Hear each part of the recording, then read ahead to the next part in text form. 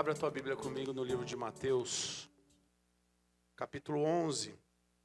Nós vamos ler os versículos 28 a 30. Vamos ler alguns trechos bíblicos. E lá na frente você vai entender a minha intenção. O primeiro deles é Mateus 11, 28 a 30.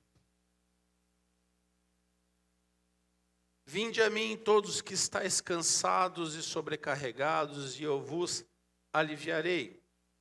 Tomai sobre vós o meu jugo e aprendei de mim, porque sou manso e humilde de coração, e achareis descanso para a vossa alma. Porque o meu jugo é suave e o meu fardo é... Repita comigo, o meu jugo é? E o meu fardo é? Leve. Ok. Vai comigo agora lá em Mateus 24. Nós vamos ler o versículo 10 ao versículo 13. Mateus 24, 10 a 13 diz assim: Nesse tempo muitos hão de se escandalizar, trair e odiar uns aos outros. Levantar-se-ão muitos falsos profetas e enganarão a muitos. E por se multiplicar a iniquidade, o amor se esfriará de quase todos. Aquele, porém, que perseverar até o fim, esse será? Repete comigo então. Aquele, porém, que perseverar até o fim. Até o fim. Até o fim. Esse será salvo. Ótimo. Vamos lá no livro de João agora. Livro de João, capítulo 14. Leia comigo. João 14, 27. Chega comigo aqui em João 14, 27, que diz assim: Deixo-vos a paz, a minha paz vos dou. Não vou-la dou como a dá o mundo. Não se turbe o vosso coração, nem se atemorize. Vamos repetir: Deixo-vos a paz, a minha paz vos dou. Mais um texto, lá em João 16, 33.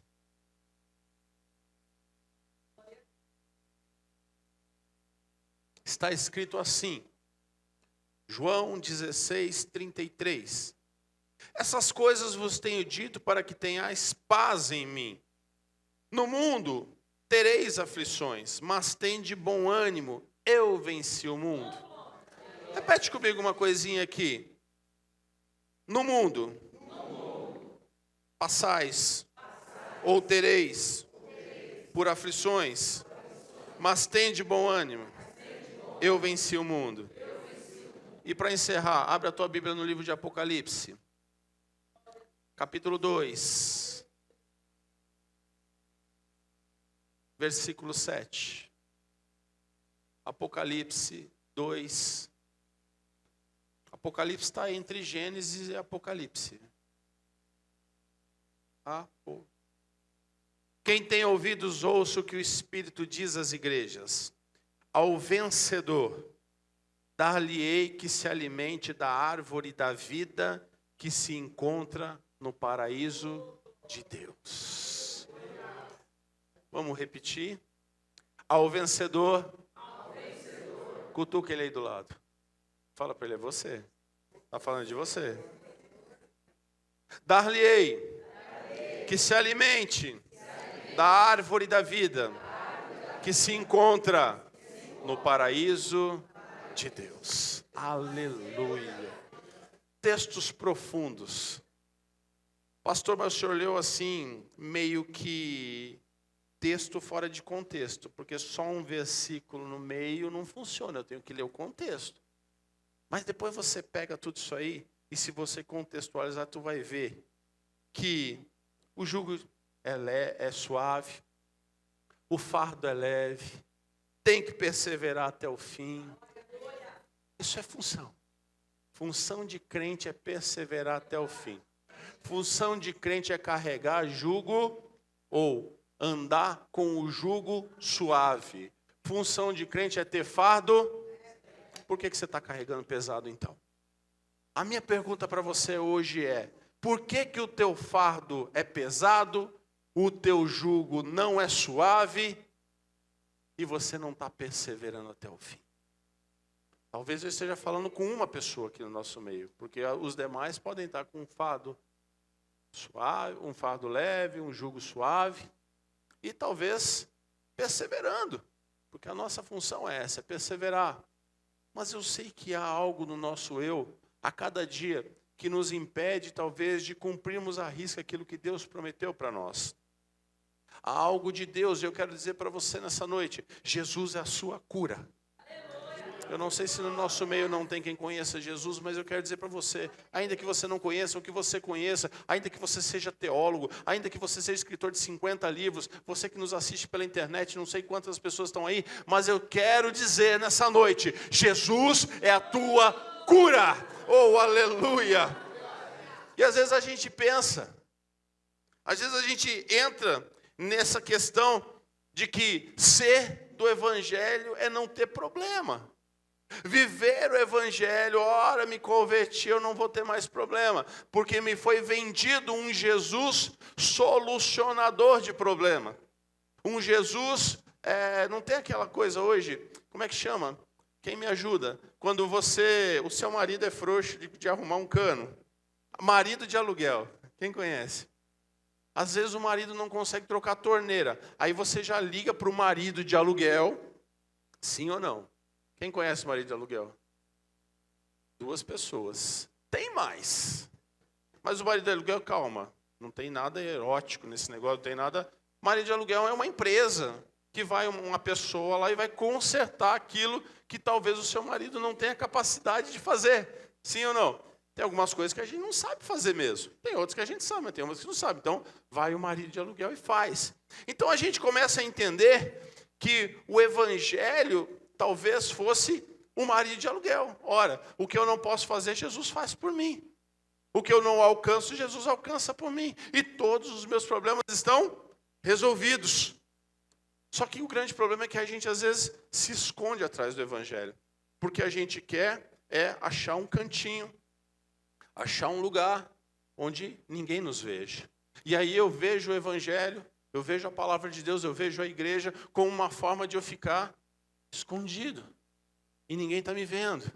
Então o evangelho vai servir como um escudo para me esconder dos meus problemas. Mas quem diz que o evangelho é escudo para esconder problema? O evangelho não é isso. Jesus nunca disse que nós não teríamos problema. Eu acabei de ler alguns textos aqui com vocês para lembrar sobre isso. Eu acabei de ler alguns textos para vocês que Jesus disse, olha, vem comigo, que é meio sucesso, no sentido do mundo. Porque sucesso total é na glória. Aqui, infelizmente, vai ter fardo, vai ter jugo, vão ter aflições. Só que se você estiver comigo, o jugo, ele não vai ser muito pesado, ele vai ser suave. Se você estiver comigo, o fardo, que existe, também não vai ser pesado, ele vai ser leve. E se ou quando vierem as aflições, tem bom ânimo, porque eu já venci isso tudo, está tudo resolvido. Então perceba que Jesus nunca prometeu para você que você não ia passar o que você está passando. Jesus nunca parou e falou assim, a partir de hoje você não passa mais problema. A partir de hoje você levantou a mão, olha, às vezes eu recebo algumas pessoas aqui, aliás eu preciso receber membro hoje aqui, se tiver algum, eu sempre esqueço, na última Santa Ceia eu esqueci. Mas eu vou lembrar hoje, em nome de Jesus. Às vezes a gente fica pensando, puxa, mas eu dizimo, eu oferto, eu primicio, eu vou no culto, eu leio a Bíblia. Por que eu estou vivendo esse problema? Porque você vai viver esse problema. Problemas nasceram para serem enfrentados. Evangelho nunca foi e nunca vai ser uma porta de onde você vai entrar e vai fechar e vai ficar escondido do problema. Porque ao você abrir, ele vai estar ali. Você vai acordar, ele vai estar ali. Evangelho é meio onde a gente possa entender como solucionar os problemas, como administrar os nossos problemas, como vivenciar os nossos problemas da melhor forma possível. Com paz. de uma forma onde a gente possa enxergar aquilo como um problema, mas não como um grande problema, mas como mais um problema que nós vamos enfrentar, vamos derrubar, vamos vencer e glorificar o nome do Senhor. A nossa vida tem que ser focada nisso. E sabe, quando a gente vê esses textos, a gente começa a ver, ei, pera, tinha fardo, Jesus não me enganou. Talvez o pastor possa ter tentado me enganar, mas Jesus não me engana. Ele falou que tem fardo. Jesus falou que tem jugo. Sabe o que é jugo? Jugo é aquilo, não é um jugo com um L no meio, é um jugo direto. Lembra daqueles carros de boi, que tinha aquele negócio que põe nas costas, aqui o boi vai direcionado? Isso é jugo. E Jesus disse, vai ter jugo. Você vai ter que ficar, às vezes, subjugado de alguma situação. Vai ter aflição. Então, isso que você está passando não é novidade para Deus. Deus não está olhando para você com cara de misericórdia, porque você está passando por isso. Deus está olhando com você com cara de guerreiro que vai vencer isso, porque Ele já disse que você é mais do que vencedor, que Ele já venceu esse mundo, que Ele já declarou para você que isso vai passar e vai passar mesmo. Desertos são feitos para serem ultrapassados. Aí eu quero profetizar sobre a tua vida. Vai acabar esse dilema de você não acreditar que Deus pode ser Deus na tua vida. Aliás, eu te pergunto, o que seria de nós sem os nossos problemas? O que seria de você se você acordasse todas as manhãs e tudo fosse lindo e maravilhoso? Neste mundo que nós vivemos. Uma mentira. Você sabia que na Europa pessoas se suicidam porque não têm problemas? A Noruega apresenta um índice de suicídio de que pessoas não acordam, não tem problema nenhum, então elas vão e se suicidam. Por quê? Porque não tem nada na vida que lhe dê graça de fazer vencer. O grande problema nosso é que a gente enxerga os nossos problemas como meios de nos derrubar.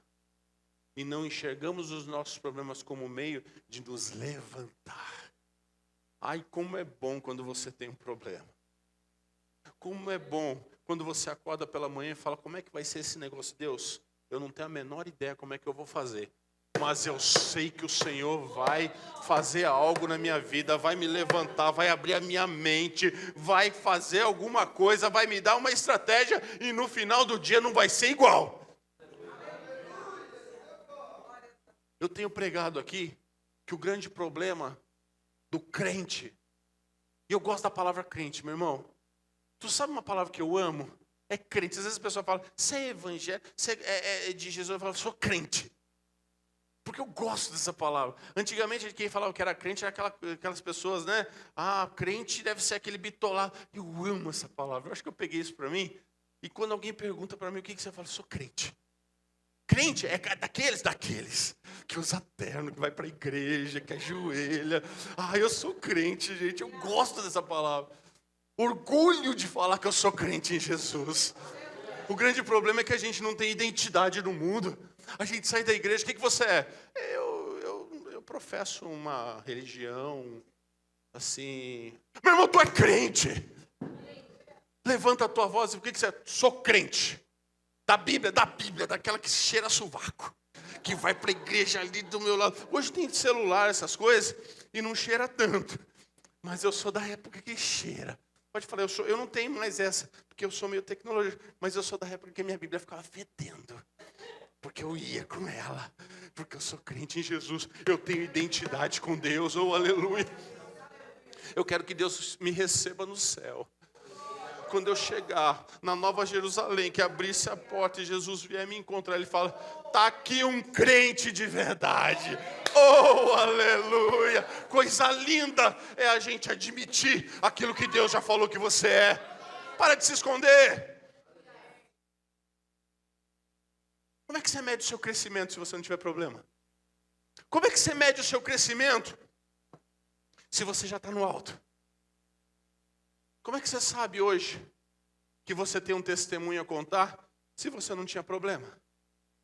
Deus me preparou para estar nesse púlpito. Depois que eu passei, ontem eu estava mostrando para a Jô, na escada. Jô, vem ver. Uma pilha de protesto. Olha aqui, Jô. Você lembra desse? Lembra desse outro?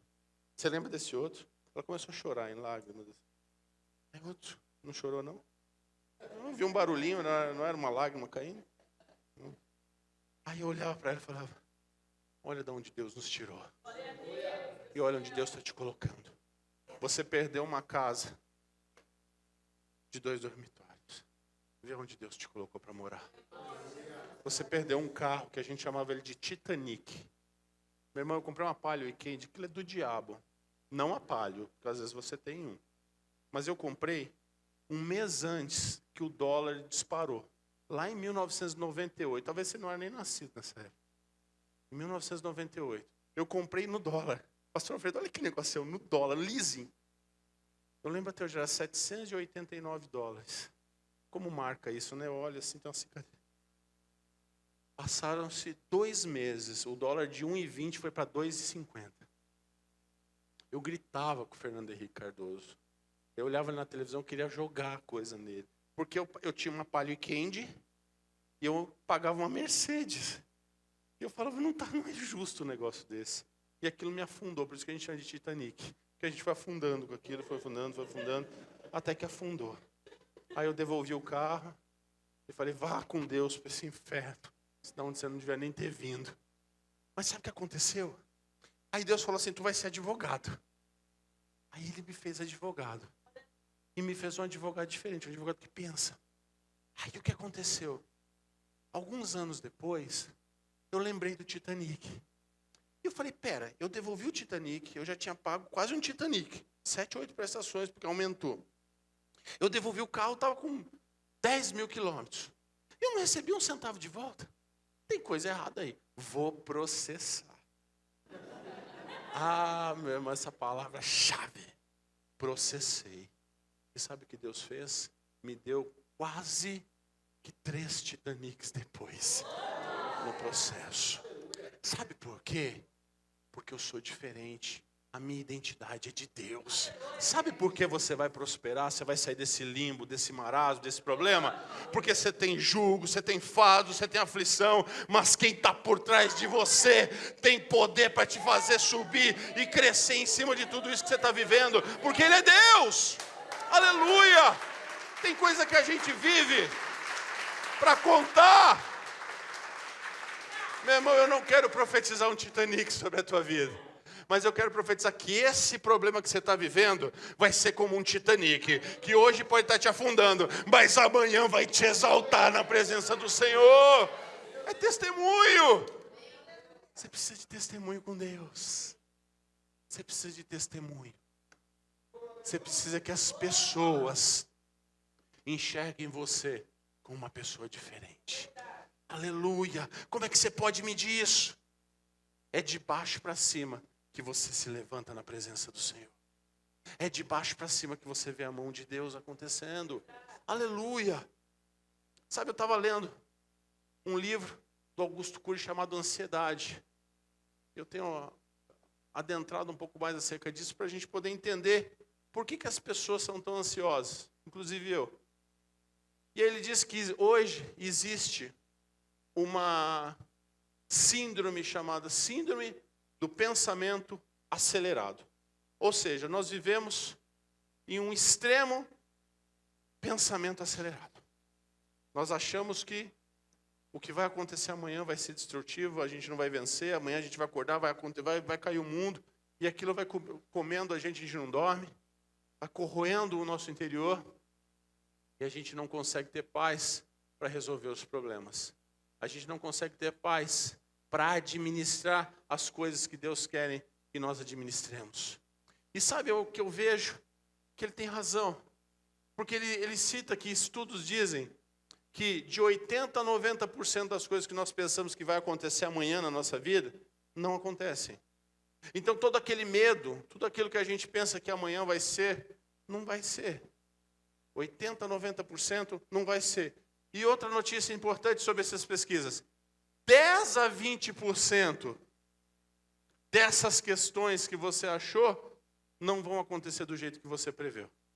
Então, por que a gente para sofrer numa situação que a gente não vai vivenciar? Eu queria que você nessa noite entendesse que Deus tem um plano na tua vida. Eu preciso avançar com essa mensagem, mas essas situações que nós vivemos hoje nos causam dores. Nos causam situações que tiram a nossa paz por dias, por meses, talvez por anos. A gente tenha passado ou está passando situações extremamente agressivas no nosso eu. E a gente precisa mudar a nossa história. A gente precisa tentar mudar a nossa situação. A gente precisa tentar administrar os nossos problemas. E quando a gente pensa que Jesus veio para trazer a paz, jugo suave, fardo leve, e ainda te levar para o céu, Ele está te ensinando a perseverar nas coisas importantes. Oh, aleluia! Ao invés de você perseverar em coisas fúteis e que te levam às vezes a um pensamento extremamente ruim, Ele está querendo que você pense em coisas importantes. Coisas que vão te levar para o céu. Coisas que vão realmente fazer de você uma pessoa diferente. Ei, você já parou para pensar que você está gastando tanto tempo pensando daqui um mês, daqui uma semana, daqui 20 dias, daqui 3 meses o que vai acontecer, sendo que nem vai acontecer do jeito que você está pensando? Talvez nem aconteça isso. Vai tirar teu sono, vai tirar tua paz. E Jesus disse no texto que nós lemos no começo, que Ele é a paz. Que Ele deixa a paz. E que Ele já venceu esse mundo. Então eu quero te convidar nessa noite a entender que sem dores não há ganho. Sem dores não há história. Sem dores não há cicatrizes. Sem dores não há condições de se haver testemunhos. Então eu te convido nessa noite a entender que tem 2 paralelos. Você pode viver a vida de dores. Porque dor, meu irmão, dor, minha irmã, é obrigatório. Não é facultativo. Você vai sentir. Dores são realmente situações que nos trazem algum calo, alguma cicatriz, alguma coisa ruim. Dores sempre vão existir. Agora, você pode escolher viver essas dores sozinho, ou mal acompanhado, talvez com o inimigo, ou pode escolher viver essas dores com quem pode te curar. O que você escolhe nessa noite? Pergunte para a pessoa ao seu lado. Você prefere passar essas dores com quem? Você prefere viver essas dores com quem? Você prefere ter esses momentos de dores com quem? Com quem quer te curar ou com quem quer destruir a tua história? Eu queria que colocasse uma imagem aqui, Dan. Queria que você entendesse quando a gente passa dores sem Jesus. Talvez você não esteja entendendo o que você está vendo, mas eu vou te explicar. Isso é um rim. E isso é um nódulo cancerígeno de um rim. Isso é algo de 2 centímetros, mais ou menos, num rim. Essa situação leva à morte. Se você não identifica o quanto antes este problema, isso vai te levar à morte. Esse rim vai te levar à morte. Esse nódulo vai te levar à morte. Eu estou falando de dores sem Jesus. Dores que você passa enxergando a vida conforme a vida quer que você enxergue. Então, quando a gente percebe que o diabo entra na nossa vida, quando o inimigo vem tomar a nossa história, sabe o que acontece? Ele entra como um nódulo e muda a característica principal de Deus. Porque o teu corpo, ele foi criado pelo Senhor. Você crê nisso? Que cada veia no seu corpo foi criado pelo Senhor. Cada gota de sangue que corre nessas veias, às vezes veias microscópicas, que são essenciais para a tua vida, e corre segundo a vontade de Deus. Mas quando nós permitimos que um nódulo venha e entre na nossa vida, no nosso corpo, tudo aquilo, por conta de 2 centímetros, pode te matar. Um nódulo deste tamanho, uma situação deste tamanho, que não vem de Deus, que vem de outras coisas, te matam. Tiram tua paz, tiram a tua vida. Quando deixamos o nosso corpo à mercê das coisas desse mundo, surgem os nódulos cancerígenos. Às vezes uma má alimentação. Às vezes uma situação congênita. Mas algo que vem, que não é de Deus, entra e nos mata. Tira a nossa forma. Quando nossas emoções e pensamentos se afastam de Deus, se afastam do Criador da tua mente, entram nódulos no teu pensamento para você se destruir. Você não vale nada. Você nasceu para viver uma vida de desgraça. Você não nasceu para ser feliz.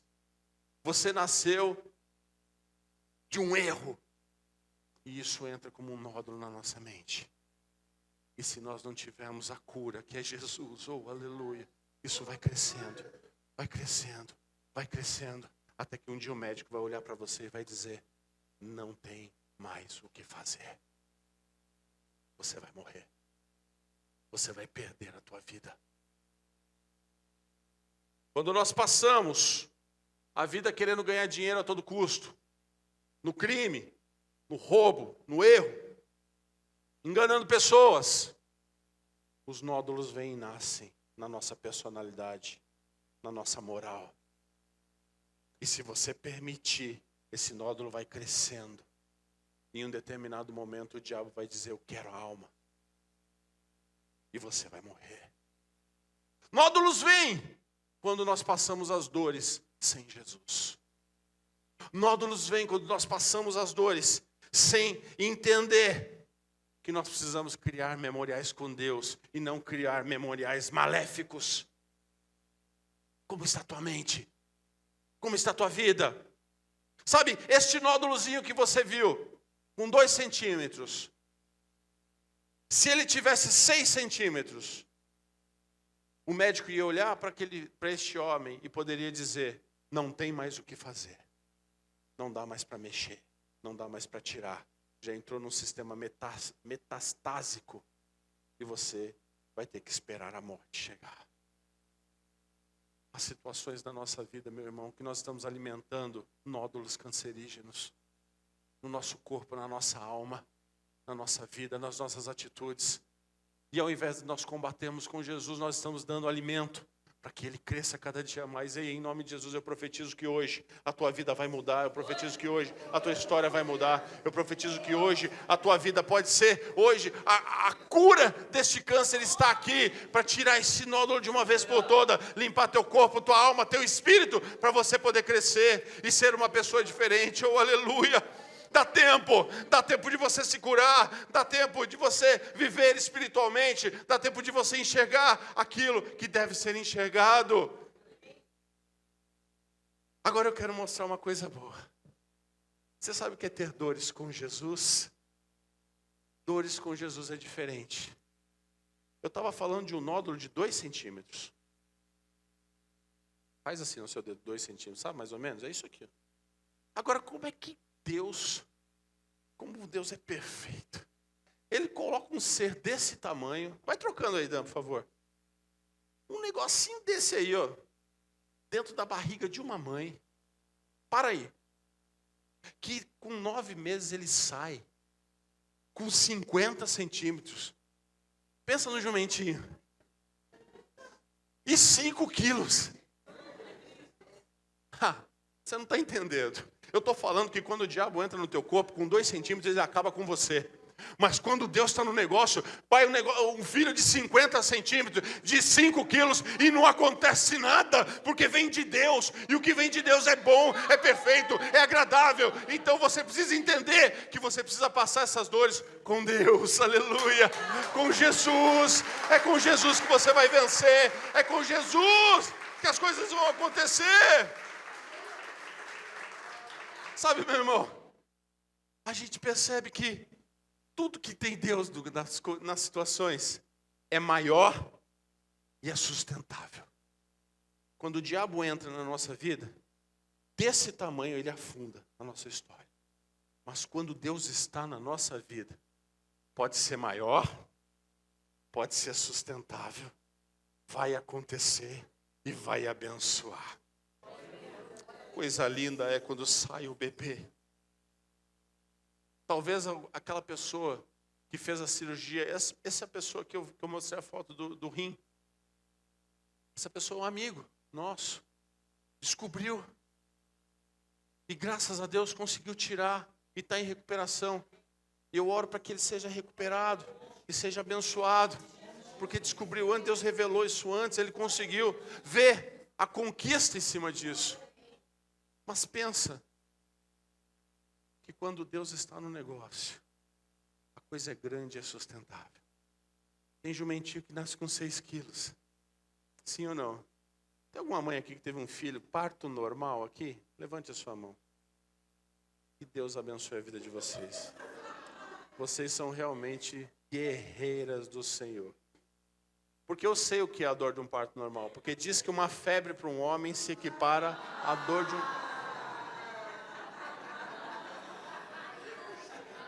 Não entendi isso tudo. Olha, diz que se não for igual é 5% a menos. Mas é isso. Mas você sabe o que eu estou falando. Eu quero que você entenda hoje que quando você deixa Deus trabalhar no teu corpo, na tua alma, no teu espírito, vem coisas grandes e sustentáveis para você. Que não te matam, te exaltam. Que não tiram a tua paz, muito pelo contrário, te dão paz. Te dão força de você continuar. Ei, nessa noite eu quero dizer para você, para de ficar pensando que não deve. Para de ficar chamando quem não deve para passar as dores com você. Deus quer passar todas essas dores que você tem juntinho com você. Ele quer chorar com você. Muitas das vezes quando você está na sua cama sentadinho, derramando lágrimas, Jesus está do teu lado derramando lágrimas junto com você.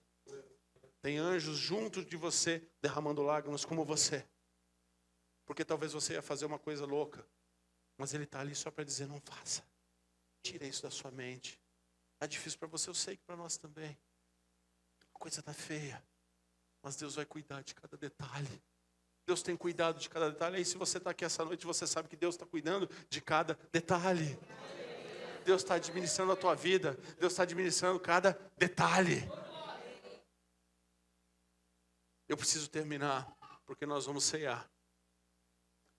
Mas eu quero dizer que se a sua crise, se a sua dor estiver nas mãos de Deus, não há o que temer. Não há o que temer. Se a sua situação nessa noite sair da mão de quem não deve e entrar na mão de quem deve, amanhã, hoje talvez, você começa a ver a diferença em administrar os seus problemas.